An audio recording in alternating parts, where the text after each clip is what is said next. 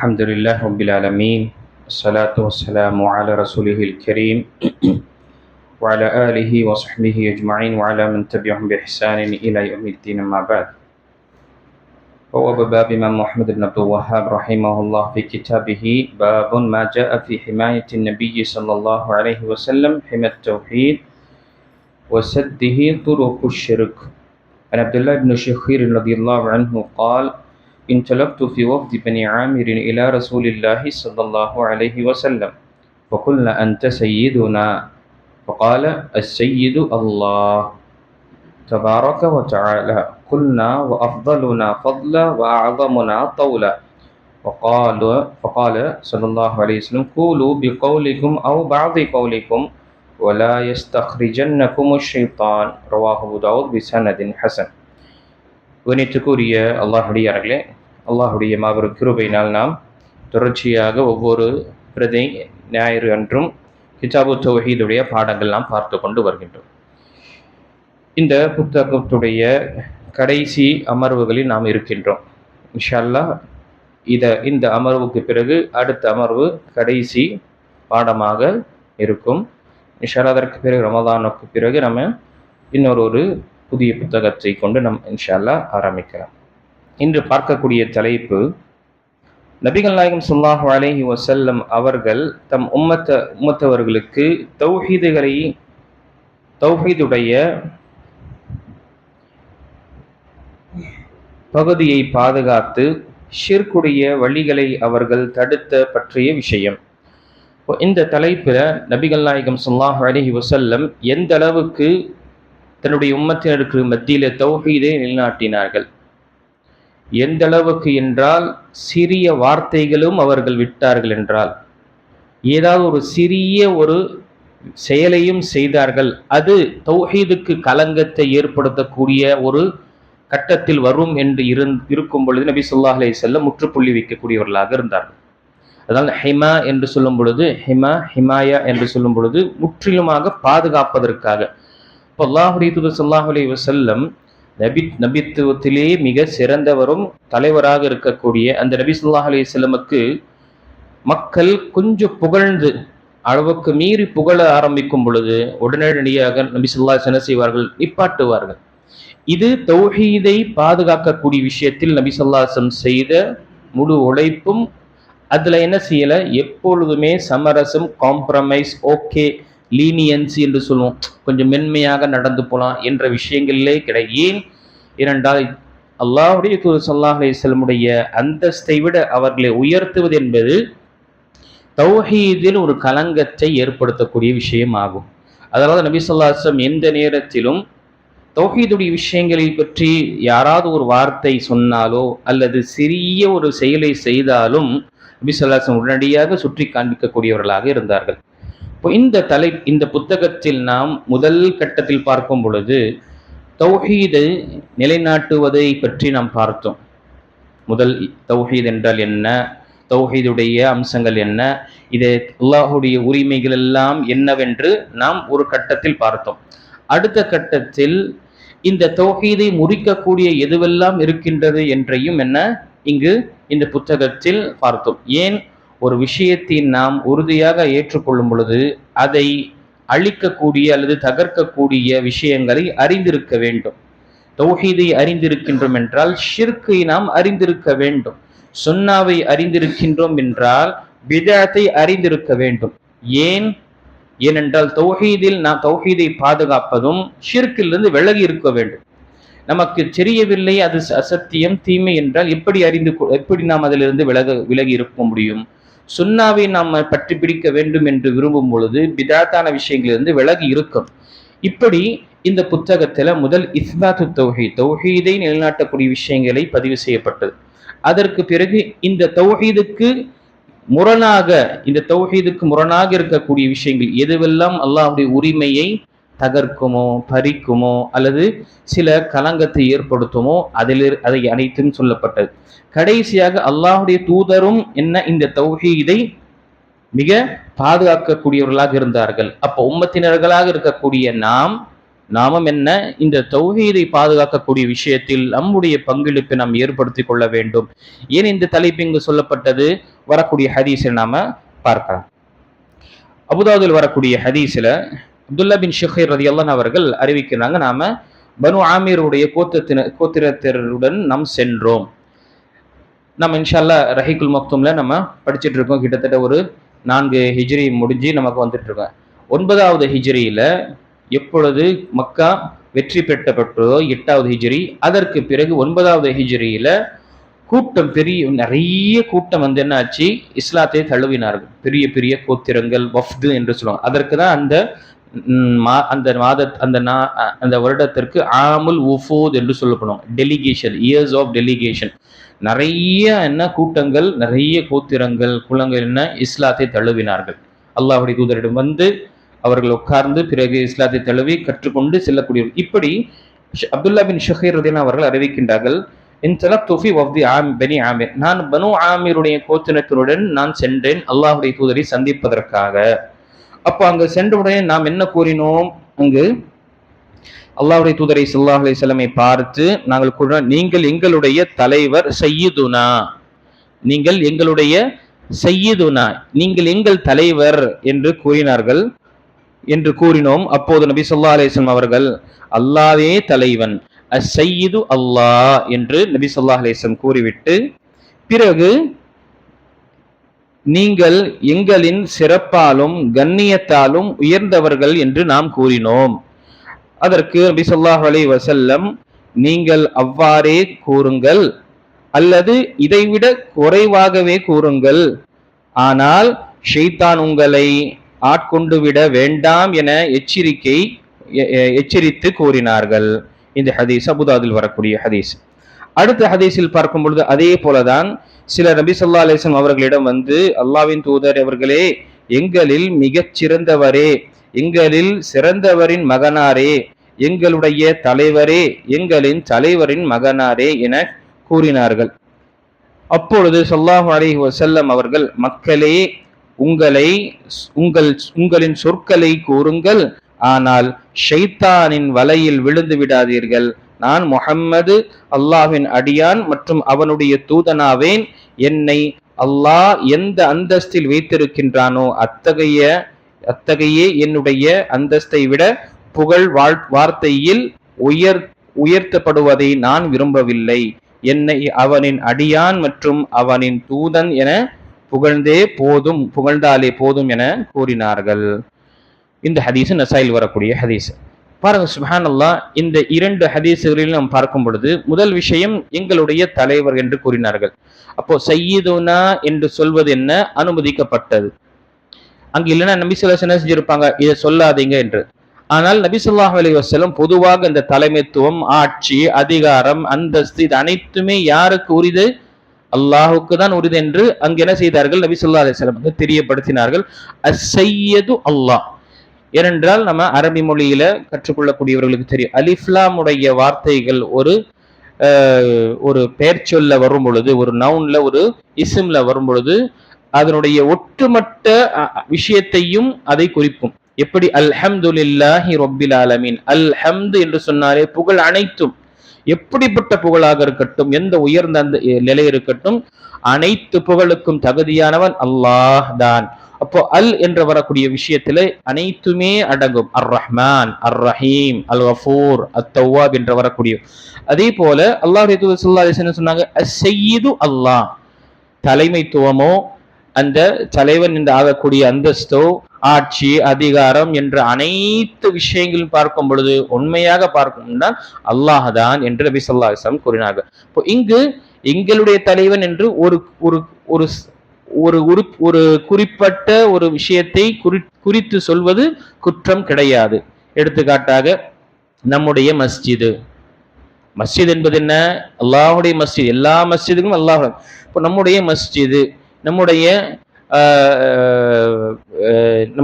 இவர் தலைவர், நம்முடைய பிரதிநிதி என்று நம்மை சார்ந்து நம்ம சொல்வது என்பது என்ன? குற்றம் கிடையாது.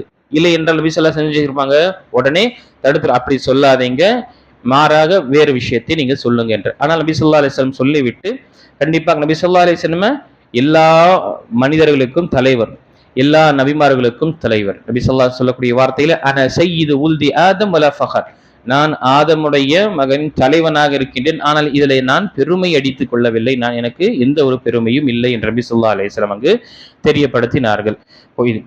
இங்கு நபி ஸல்லல்லாஹு அலைஹி வஸல்லம் எதற்கு இந்த விஷயத்தை கூறினார்கள்? மக்கள் மறந்துவிடக் கூடாது, அல்லாஹ் தான் அவன் உயர்ந்தவன் என்ற விஷயத்தை எங்க நினைவுபடுத்தினார். பாருங்க, வார்த்தைகள், அந்த புகழாரம் என்று சொல்லக்கூடிய புகழ் மாலை பாடுகின்றார்களா, கசீதா புர்தாலியும் இந்த மௌலூது ஓதக்கூடிய விஷயத்தில் பார்க்கும் பொழுது அல்லாஹ் அக்பர், இந்த விஷயத்தை நபி ஸல்லல்லாஹு அலைஹி வஸல்லம் சுட்டி காண்பித்தார்கள்.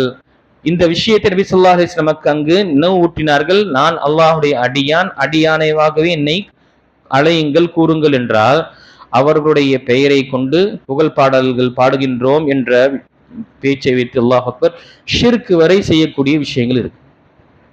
அந்த ஷிர்க்கை நபி ஸல்லல்லாஹு அலைஹி வஸல்லம் எப்பொழுதுமே என்ன செய்யல, அவர்கள் அதுல சமரசம் வரல. இந்த ஹதீஸ் இதற்கு முன்னாலும் நாம ரஹீக்குல் மக்தூம்ல நாம் பார்த்தோம். ரஹீக்குல் மக்தூம்ல நபி ஸல்லல்லாஹு அலைஹி வஸல்லம் மதீனாவுக்கு வரும் பொழுது, ஞாபகம் இருக்குன்னு நினைக்கிறேன், மதீனாவுக்கு வரும் பொழுது அங்க இருக்கக்கூடிய சிறுவர்கள் என்ன செய்தார்கள், அவர்களை அழைப்பதற்காக சில கவிதைகளை பாடினார்கள்.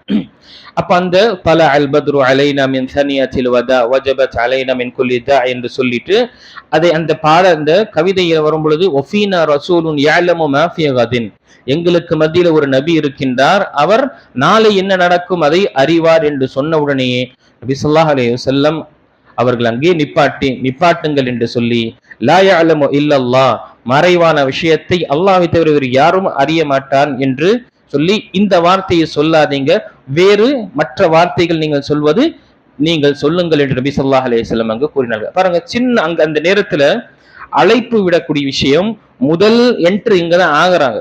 இதற்கு முன்னால் மதீனாவுக்கு வந்ததே கிடையாது. உள்ள என்ட்ரு ஆகும் பொழுதே அவர்களுடைய வார்த்தைகள்ல அந்த புகழுடைய விஷயத்துல மிகைக்கும் பொழுது, அளவுக்கு அதிகமாக அவர்கள் மிகைக்கும் பொழுது உடனே நபி ஸல்லல்லாஹு அலைஹி வஸல்லம் நிப்பாட்டுறாங்க. யாரு? சிறுவர், பெரியவர்களுக்கும் கிடையாது, வாலிபர்களாக இருக்கக்கூடிய சிறுவர்களோ அல்லது சிறுமிகளோ அவர்கள் அந்த கவிதைகள் பாடும் பொழுது அதை நபி ஸல்லல்லாஹு அலைஹி வஸல்லம் அங்கு ஷிர்க்குடைய விஷயங்கள் ஏற்படும் பொழுது அல்லது தௌஹீதுக்கு ஏதாவது ஒரு கலங்கம் ஏற்படும் பொழுது உடனடியாக நபி ஸல்லல்லாஹு அலைஹி வஸல்லம் அங்கு தடுத்தார்கள். இப்போ இந்த ஹதீஸிலும் என்ன, நபி ஸல்லல்லாஹு அலைஹி வஸல்லம் எது சொல்றாங்க, நீங்க சொல்லுங்க, உங்களுடைய வார்த்தைகள் நீங்க சொல்லுங்க, அல்லது அதை விட குறைவாக சொல்லிடுங்க, ஆனா ஷைத்தானுடைய வலையில் நீங்கள் விழுந்து விடாதீர்கள். ஏன்? புகழ்கின்றோம் என்ற ஒரு விஷயத்துல போய் அளவுக்கு மீறி அல்லாஹுடைய மனிதனை, ஒரு அடியானை அல்லாஹு தாலாவுடைய அந்தஸ்தை நீங்க கொண்டு செல்லாதீர்கள். நான் அடியான், அல்லாஹுடைய அடியான் என்று, நான் அல்லாஹுடைய தூதர் என்றே நீங்கள் சொல்லுங்க என்று நபி ஸல்லல்லாஹு அலைஹி வஸல்லம் கூறினார்கள். இந்த ஹதீஸில் இந்த சம்பவத்தில் நாம் என்ன அறிந்து கொள்கின்றோம்? ஒன்று, அல்லாஹுடைய தூதர் ஸல்லல்லாஹு அலைஹி வஸல்லம் எந்த அளவு தௌஹீதை பாதுகாக்கக்கூடியவர்களாக இருந்தார்கள், எந்த அளவு ஷிர்க் என்ற இந்த கொடூரமான ஒரு கிருமி இந்த உம்மத்தினருக்கு மத்தியில வந்துவிடக் கூடாது என்று அவ்வளவு தெளிவாக இருந்தாங்க. அப்போ நாம் அவர்களுடைய உம்மத்தினர்களாக இருக்கக்கூடிய நாம், பின்பற்றக்கூடியவர்கள் நாமும் நம்முடைய குடும்பத்தார், நம்முடைய குழந்தைகள், நம்முடைய மனைவி, மக்களுக்கு மத்தியில தௌஹீதுடைய விஷயங்கள் நிலைநாட்டுவதில் உறுதியாக இருக்க வேண்டும். அதே போல நம்முடைய வாழ்க்கையில் இந்த சிறிதளவும் ஷிர்க்குடைய விஷயங்கள் வந்துவிடக் கூடாது என்று ரொம்ப தெளிவாக இருக்கணும். இரண்டாவது, அல்லாஹ்வுடைய தூதர் ஸல்லல்லாஹு அலைஹி வஸல்லம் எவ்வளவு உயர்ந்த அந்தஸ்துடையவர் நமக்கு தெரியும். நபி ஸல்லல்லாஹு அலைஹி வஸல்லமுக்கு கொடுக்கப்படக்கூடிய இந்த உலகத்தில் அவர்களுக்கு எல்லா நபிமார்களுடைய தலைவரும், ஒட்டுமொத்த மனிதர்களுடைய தலைவன் என்று அவர்களுக்கு பெயர் சூட்டப்பட்டது. மறுமையில் அவர்களுக்கு இருக்கக்கூடிய மகத்தான ஒரு பரிந்துரை என்ற ஷஃபாஅத்துல் உஸ்மா என்று சொல்லக்கூடிய விஷயத்தை இங்கு கொடுக்கப்படும். அதனால நாம அதானுக்கு பிறகு துஆ கேட்கணும். அல்லாஹும்ம ஆதி முஹம்மதினில் வஸீலா வல் ஃபதீலா, யா அல்லாஹ் முஹம்மத் அவர்களுக்கு நீ வசீலா என்று சொல்லக்கூடிய அந்த பரிந்துரை, மகத்தான அந்த பரிந்துரைக்கு அவர்களுக்கு அந்த தகுதியானவர்களாக நீ ஆக்குவாயாக, நாம் அவர்களுக்காக சிபாரிசு.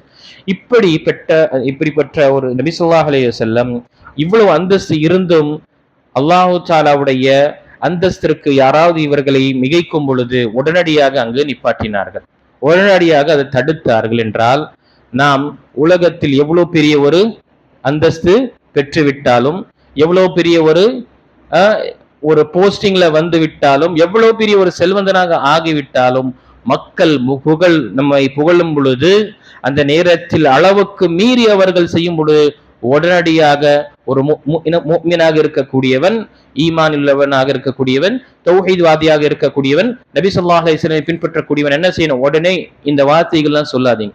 பாருங்க, ஒண்ணுமே இல்ல, சின்ன சின்ன விஷயத்துக்கு நீதான் என்னுடைய கடவுள், என் இறைவா, என் ஆண்டவனே, அஸ்தக்ஃபிருல்லாஹ், எப்படிப்பட்ட வார்த்தைகள்! சின்ன விஷயம், ஒண்ணுமே இல்ல, ஒரு ஆட்சிக்கு வந்துடுறாரு, அல்ல ஒரு பெரிய ஒரு போஸ்ட், ஐபிஎஸ் ஐஏஎஸ் ஒரு போஸ்ட், அல்லது கவர்மெண்ட் ஜாப், அல்லது செல்வந்தராக இருக்கிறார். அந்த நேரத்தில் மனிதன் அவன் தன்னுடைய சுப்ஹானல்லாஹ் அந்த குறிப்பிட்ட அந்த கண்ணியத்தை அவன் இந்த புகழாரம் செய்து அவன் கண்ணியத்தை அவன் சீரழித்துக் கொள்கின்றான். ஏன்? ஷைத்தான் என்ன செய்வான்?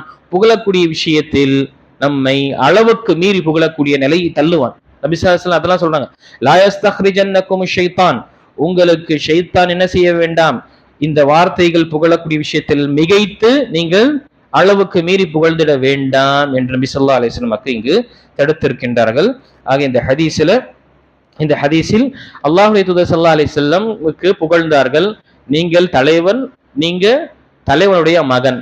அப்போ இந்த தலைவனுடைய மகன் என்று வப்னு சய்யிதினா என்று வரக்கூடிய வார்த்தை யாரை குறிக்கின்றது? அப்துல் முத்தலிபை குறிக்கின்றது. பொதுவாக அவசியமில்லை அரபுடைய அந்த வார்த்தையில அவங்களுடைய தந்தை, அவங்களுடைய சொந்த தந்தையை குறிப்பிட வேண்டும் என்று அவசியம் கிடையாது. வப்னு சய்யிதினா என்று சொல்லும் பொழுது அவர்களுடைய வம்சாவளியில் இருக்கக்கூடிய அவங்களுடைய பாட்டு, முப்பாட்டன், ஊதாது என்று இதை வரலாம். அப்போ அப்துல் முத்தலிப் அவர்கள் என்ன இருந்தார்கள்? அந்த மக்காவுடைய மாநகரத்துக்காக தலைவராக அங்கு இருந்தார்கள். அதற்காக அவர்கள் புகழ் செய்யக்கூடியவர்களாக இருந்தார்கள். இப்போ இங்கு நபி ஸல்லல்லாஹு அலைஹி வஸல்லம் இதை தடுத்தார்கள். நாம் நம்முடைய வாழ்க்கையில் இந்த விஷயத்தில் இருக்க வேண்டும். எங்கிருந்தாலும் நம்முடைய குழந்தைகளாக இருக்கட்டும், அல்லது நம்முடைய மக்களாக இருக்கட்டும், அல்லது மற்றவர்கள் அவர்கள் எங்களை புகழும் பொழுது அந்த நேரத்தில் நாம் தௌஹீதை அங்கு நினைவுபடுத்த வேண்டும். படைத்த இறைவன் தான் அதற்கு தகுதியானவன்க, எனக்கு எந்த ஒரு அந்தஸ்தும் கிடையாது, நான் அவனுடைய அடியான் தான், அவனுடைய அடியானாகவே என்னை பாருங்கள் என்று நாம் இந்த விஷயத்தை நினைவுபடுத்த வேண்டும். இல்ல சும்மா சொல்லிட்டு போறா, ஒண்ணுமே பிரச்சனை இல்லை. இங்க பாருங்க, வார்த்தை, அந்த வார்த்தையை நபி ஸல்லல்லாஹு அலைஹி வஸல்லம் என்ன செய்தார்கள்? சுட்டி காண்பித்தார்கள், அதை செய்யாதீங்க என்று. யோசிச்சு பாருங்க, எங்கெல்லாம் ஷிர்க்குடைய விஷயங்கள் ஊடுருவி உள்ள வரும் என்று நபி ஸல்லல்லாஹு அலைஹி வஸல்லம் உணர்ந்தார்களோ அங்கு அனைத்துமே என்ன செய்தார்கள்? அங்கு முற்றுப்புள்ளி வைத்தார்கள். அத நம்முடைய வாழ்க்கையில் தௌஹீதுடைய விஷயங்களை ஏற்றுக்கொண்டோம் என்றால் மட்டும் போதாது. தௌஹீதுடைய விஷயத்துல அதில் கலங்கத்தை ஏற்படுத்தக்கூடிய விஷயங்கள் எதுவாக இருக்கட்டும், சிறிதாக இருக்கட்டும், பெரிதாக இருக்கட்டும், அதை நாம் தடுக்க வேண்டும். ஏன்? இப்ராஹிம் அலைஹிஸ்ஸலாம் அப்படிப்பட்ட மனிதன், அல்லாஹ் அக்பர், அப்படிப்பட்ட அந்த சன்மார்க்கத்தில் அவர் நிலையாக இருந்தவர். ஒரே ஒரு மனிதன் சமுதாயம் என்று அல்லாஹ் அவர்களுக்கு கூறிய அந்த நபியே சிலை வணக்கத்திலும் ஷிர்கில் இருந்தும் பயந்தார்கள். வஜுனுப்னி வபனிய அன் நஅபுதல் அஸ்னாம், யா அல்லாஹ், என்னையும் என்னுடைய சந்ததிகளையும் நீ சிலை வணக்கத்திலிருந்து பாதுகாப்பாயாக. எப்படிப்பட்ட நபி? தனித்த மனிதனாக போரிட்ட அந்த நபி, அந்த சமுதாயத்திற்கு எதிராக இருந்த அல்லாஹ், அதற்காக அவர்கள் நெருப்பு குன்றத்தில் தூக்கி போடப்பட்டார். இப்படிப்பட்ட நிலையில் அவர்கள் அஞ்சுகின்றார்கள் என்றால் நம்முடைய நிலை என்ன? ஆக ரொம்ப அஞ்ச வேண்டும். நம்முடைய குழந்தைகளுக்கு நினைவுபடுத்த வேண்டும், நம்முடைய வீட்டார்களுக்கு நினைவுபடுத்த வேண்டும். தௌஹீதுடைய விஷயங்கள் இந்த மாதிரி விஷயங்கள் நம்ம உறுதியாக இருக்க வேண்டும். வரக்கூடிய காலங்கள் எப்படி இருக்கும் என்று நமக்கு தெரியாது. இப்பொழுதே நாம் இந்த தௌஹீதுடைய விஷயங்களை அவர்களுடைய உள்ளத்தில் நாம் பதிவு செய்யும் பொழுது இன்ஷா அல்லாஹ் அவர்கள் எங்கு வாழ்ந்தாலும் ஒரு உண்மையான அல்லாஹுடைய அடியானாக வாழக்கூடியவனாக அவன் அந்த தௌஹீத் அந்த விஷயத்தை அவனுக்கு ஏற்படுத்தும். அல்லாஹு தஆலா சொல்லக்கூடியவனுக்கும் கேட்கக்கூடிய அனைவர்களுக்கும் தௌஹீதை பாதுகாக்கக்கூடிய விஷயத்தில் நாம் மிக கவனமாக இருக்க வேண்டும். அந்த தௌஹீதை கலங்கப்படுத்தக்கூடிய எதுவாக இருக்கட்டும் அதை நாம நல்ல முறையில் அந்த விஷயத்தை நாம் தெரியப்படுத்த வேண்டும். அல்லாஹு தஆலா நம் அனைவர்களுக்கும் தௌஹீதிலே நிலையாக வைப்பானாக. இதிலே அல்லாஹு தஆலா நமக்கு வாழ்க்கையை நடத்தக்கூடியவர்களாக அமைப்பானாக. நமக்கு மரணம் என்று அல்லாஹ் நிர்ணயிக்கக்கூடிய நேரத்தில் இந்த தௌஹீதிலே அல்லாஹ் நம்மை மரணிக்க செய்வானாக. ஆமீன். வாஹிரு தஅவானா அல்ஹம்துலில்லாஹி ரப்பில் ஆலமீன்.